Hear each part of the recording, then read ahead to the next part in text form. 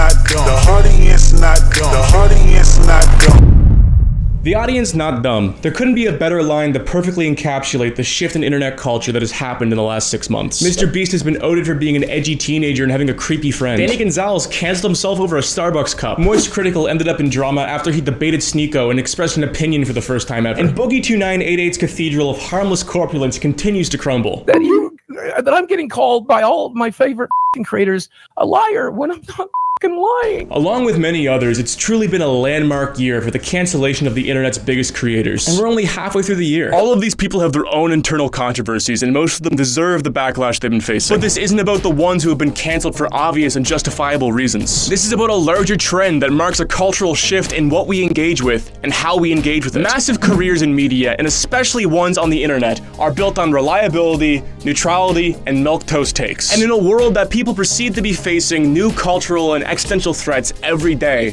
this will no longer suffice. The audience knows when they're being entertained. The audience knows when they're being lied to, and the audience knows when someone isn't who they seem to be. The audience not dumb. That's why 2024 will be the death of the normie. Subscribe if you're not dumb.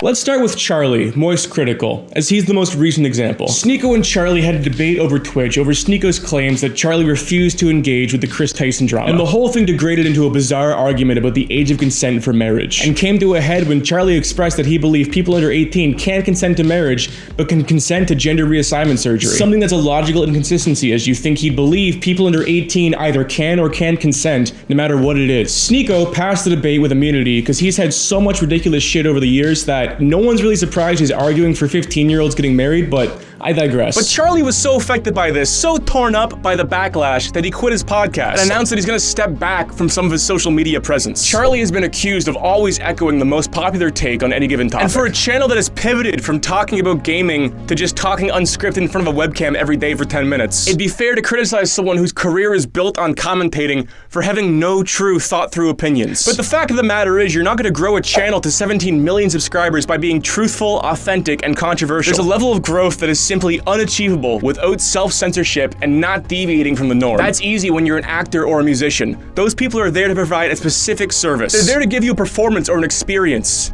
not be your best friend. Personally, I don't really want to know what Black Country New Road thinks about Zionism. I just want to hear them play that sweet, sweet, sad music. But when your entire career is built up of you sitting in your room yapping every day, you're gonna reach a point where you have to be a real person, where people are gonna suss out what you really think. You don't have the luxury of being aloof, mysterious, or ironic. There comes a point where it's no longer performance. It's just you. I'm not claiming that Charlie is some secretly politically engaged edgelord or lib. It's pretty obvious he's just a normal guy. I'm literally just a normal guy. But that doesn't change the fact audiences are beginning to demand more concrete positions from creators. Now, the case against Boogie is much different, but he's not immune from the collapse of the nice guy empire. Boogie is someone whose entire career is built on the character of the lovable fat nerd. He's harmless, he's neutral, he's your goofy fat friend. But when you're going for the nice guy aesthetic, you have a lot farther to fall when you slip up. At this point, Boogie has been outed for faking cancer, spending $300,000 a year on prostitutes, manipulating his audience, and trying to get them to buy into a very obvious crypto rug pull. All shady behavior bordering on fraud in its own right. But also things that hit a lot harder when you've built your entire career off of being harmless and kind. And again, a facade that's impossible to maintain when you spent the last 10 years talking to your webcam every day. Danny Gonzalez, whose controversy and very existence I'm entirely convinced is mass hysteria, got in trouble 2 months ago for having a Starbucks cup in the frame of one of his videos. In reality, it seems that Danny got a small amount of backlash and used it preemptively as an opportunity to signal that he stands with his peers. Starbucks has been boycotted by some pro-Palestine protesters as they condemned a tweet from their workers' union standing with Palestine after the October 7th attacks. And this controversy falls on the lap of someone who's built his entire career being a nice guy who was just a vessel for TikTok reactions and AdSense revenue. He used this controversy to simultaneously play the victim and signal his congruence from what's expected of him from his audience. He's tightening the leash to prevent it getting yanked in the future. This isn't a moral judgment or a critique of his work from me. It's just a recognition that this content is old world. Something that will have a hard time surviving the cultural shift we're experiencing. And the same can be said for Mr. Beast. Mr. Beast is arguably one of the most famous people alive, and has now spent the last month in a flurry of controversy for things his friend has said in the past, mainly making edgy jokes to minors over Discord and buying lolicon artwork from Shadman, who is like literally the internet's Jeffrey Epstein, as well as many other allegations that will cause me to lose my mind. You'd think that if this was as cut and dry as it seems, Mr. Beast could just disavow Chris Tyson and move on. But it's going much deeper. This is someone who has gained 300 million subscribers without any major controversy. A fact that is now definitely shifting as all eyes are on his next move. It's almost as if people are waiting for Mr. Beast to make some big cultural statement on the matter. Look at these dislikes on his newest video. What do you want from him? What do you want to do? You want to sacrifice Chris in a volcano in his next video? The internet just isn't interested in the philanthropic nice guy game show host anymore. They're beginning to want something more. Not only because of the rapid shifts in the cultural and geopolitical climate we face every day, but also from shifts in how the internet operates and how internet culture operates. In the past 12 years, the internet has become something entirely different, but it used to be simpler.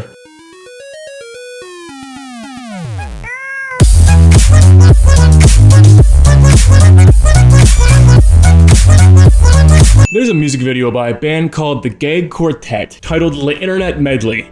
Over 40 memes in one song. This song was one of the most viral videos when it was released in 2012, and basically included everything relevant to internet culture in one song. That was it. That was the whole internet. YouTube still made rewinds to sum up the whole year. You could just sum up the entirety of YouTube. 2012 was titled YouTube Rewind Style. Maybe some of my audience is too young to remember, but the internet used to be an object. It was a separate platform of entertainment that was one of many options. The same way live music, movies, and video games were all separate. Okay, so video games are a medium of entertainment, and consoles are the platform for the medium. All with their own subcultures and memes. Xbox 360 was for the Kyles. You drink Monster Energy. You use the orange skull profile picture. Your name is something edgy like XX Bloodsoaked 69XX. PS3 was a little bit more sophisticated. You played Battlefield 3 instead of Modern Warfare 2. Your username was something nice, like Velvet Crimson. If you played PC, you spent 2 weeks troubleshooting Oblivion mods, only just to play the sewer, kill the Emperor, resurrect the Emperor, give him titty jiggle physics, and quit after 45 minutes. Anyway, just like video game consoles, the epic internet was the same way. Fast forward over a decade, and the internet is no longer just one thing. It's everything. There is no longer a concise internet culture separate from other forms of media. The internet now encapsulates the entirety of culture. It's where culture is born. There will never again be a thing that exists outside of the internet. Really think about that. There will never again be a band, a fashion movement, a celebrity, a political figure that gains prominence and relevance outside of the internet entirely. The internet is no longer this separate object that you casually engage with. The internet is no longer a place to hide. It's no longer an escape. The internet is no longer an object. It's a hyper-object. Okay, so this is a piece of foam. It came in the box of a projector I bought on Amazon. It was made by heating plastic and blasting it with air in a mold in some factory in China. It was put in a box to protect the projector. It was shipped to Canada. I'm gonna throw this out after this video and never think about it again. But the foam doesn't go away. The foam stays forever, along with all other pieces of foam, all other pieces of plastic. Long after I'm dead, this piece of foam will be polluting the soil. Its toxins seeping into the world's flora, being ingested by humans and affecting us for thousands of years. This piece of foam as an object is definable. I'm looking at it, I'm holding it, it has edges, but the piece of foam as a concept is endless, it's boundless. A single human can't grasp its ramifications. And it's the exact same way with the internet. That's what a hyperobject is. It's an object with no boundaries. An object whose consequences and influences we can never possibly grasp. We all have our own corners of the net, our own celebrities. I open Instagram and I see Ukraine war drone footage and binturongs. You may see skateboards and Rick and Morty bongs. I open Twitter and I see Ukraine war drone footage, only this time it's anti-Semitic, and whatever this is. You probably just see Hopecore millennial memes. There's this guy on YouTube named Marcel Voss, and he makes Rollercoaster Tycoon 2 videos. I have watched everything he has put out every time it's released for over a year, along with over 100,000 other people, a small city of people. And you've probably gone your whole life never having heard of this person up until now. Someone that more people have seen than saw Jesus Christ in the flesh. That's what hyperobject means. That's the internet. It's an object that exists outside of space and time, whose boundaries and influences can never be fully understood. The internet is a hyperobject that holds the entirety of culture within it. A culture that is also massively transformed in the last decade. A culture that has become volatile, divided, and extremely political. Have you ever heard someone say, I don't pay attention to politics? Politics are beyond me. I just stay out of it. When you were growing up, was it taboo to talk about politics at the dinner table? Your grandfather would say something blatantly racist, and everyone would just bite their tongue in order to keep the peace. Politics used to have a definition. Discussing politics was discussing what was going on in the political system. Bills, scandals, senators, the performance of prime ministers and presidents. This is an old world concept of politics, and the term is expanded to describe literally anything you want it to. If you asked a Canadian for a political hot take, would you expect them to say A, the culture of Canadian banks, Canadian financial institutions, which people love to criticize as being too conservative or too stodgy, there's a good reason why you want your bank to be conservative. Coming in handy right now, very isn't it? handy. So I think that's one thing. or B? Trudeau, the Prime Minister of Canada to our north, is actually the son of a famous dictator, and frankly, it appears to be true. If you ask an American for a hot take on Biden's presidency, would you expect them to say A, The Democrats' really only chance to win, contrary to everything you've heard, is with Biden running. Look at the incumbency key. Biden checks that off. The contest key, he checks that off. He was uncontested. or B? This is a fake administration. It doesn't exist. And then you got a guy, when I look at pictures, I don't know how many guys are trying to be him. So I can recognize when somebody doesn't look the same. First of all, you got different looking eyes, different looking head, different looking earlobes. Well, Not only has everything from men dyeing their hair to endocrine disruptors in the tap water become political, but everything is political in a world that is facing geopolitical and cultural instability, the likes of which Gen Z and millennials have not experienced yet. On an entertainment platform that is fueled by hot takes and engagement in order to function properly. Every major university across the Western world just spent the last 2 months with pro-Palestine encampments on their front lawns. There are massive anti-immigrant movements and riots breaking out all across Europe. There's currently 2 wars that seem to be days away from spilling over into a global conflict. The president just got shot, and no one can agree on who did it. Was it Democrats? Was it Republicans? Did Trump plan it himself? Was it WEF? Was it the deep state? There's literally no consensus on reality anymore. But this is a video about YouTubers. So allow me to land the plane here. As the internet consumes everything and everything has become political, there is no longer a place for normie creators on the internet. Politics will come for everybody. Mr. Beast's controversy isn't that just his friend is creepy and appeared to be grooming somebody on Discord. It's also the fact that it seems like a large portion of his audience doesn't believe transgender people should be children's entertainers. Charlie's controversy isn't just the fact that he looked bad in a debate with Sneeko. It's the fact that he got roped into politics and made a statement that, for once, most of his audience didn't agree with. Danny Gonzalez had to cancel himself.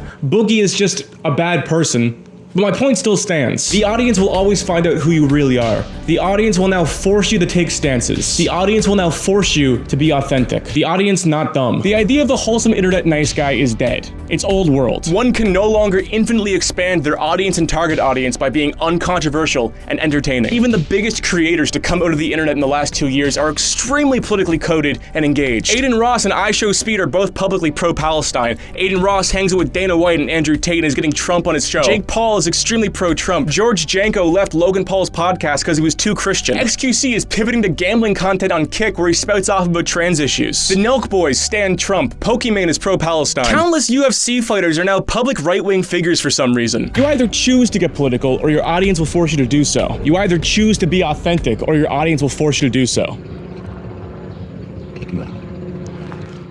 It's a new world, and the internet is now the dominant medium of communication and entertainment. A medium that is definitionally radical, all-encompassing, and transparent. If you're going to build a career on the internet now, you have to play by the rules of the internet. You have to be transparent and authentic. It sucks, but if you don't like it, then go write a fucking book or something. Being authentic is going to require you to be inaccessible to certain audiences. If you suppress yourself, you will build an audience that doesn't know the real you. And when they find out who you really are, some of them are going to turn on you. For example, I have some videos that critique capitalism, but I don't consider myself far left, nor do I want a far left audience. I intentionally say retard at least once in all of my videos for the sole purpose of shaving off people who think I'm a safe lefty creator. We are in the midst of an unstoppable cultural shift, fueled by a world that seems to grow more unstable every day, and fanned by audiences that no longer just want to be entertained. You have to pick a side lest you be forced to or ridiculed for not doing so. You have to be political. The nice guy empire is collapsing, and the idea of the normie is dead. I don't want to go viral. I don't want the heat of having millions of people telling me what to think and guessing what I think all the time. So if this video gets some ungodly amount of views compared to my other content, and if you really care about me,